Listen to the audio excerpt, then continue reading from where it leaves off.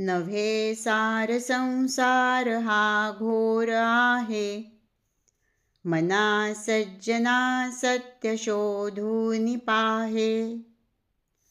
जनी विष खाता पुढे सुख कैचे. करी रे मना ध्यान या राघवाचे. हे मना, हा संसार मोठा भयानक आहे. हा संसार असार आहे. हे तू स्वतःच विचार करून शोध, म्हणजेच समजेल.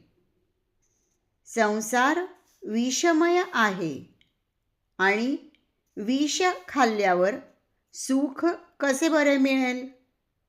म्हणून या सगळ्यातून मुक्त होण्यासाठी रामाचे चिंतन कर.